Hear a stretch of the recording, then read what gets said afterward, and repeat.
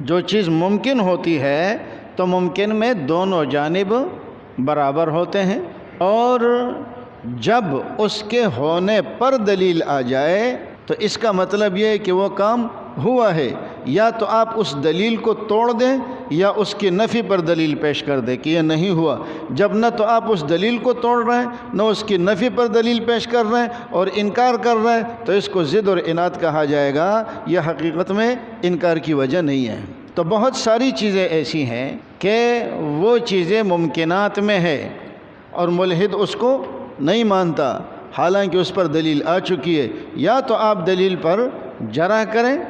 یا اس کے خلاف دلیل پیش کریں، نہ دلیل پر جرح کر سکتے ہیں نہ خلاف دلیل پیش کر سکتے ہیں، اور کیا کہتے ہیں کہ جی میں اس کا انکار کر رہا ہوں، تو ہم کیا کہیں گے؟ یہ آدمی ضدی ہے۔ تو اگر یہ اصول آپ کو سمجھ آ گیا تو بہت سارے سوالات کا جواب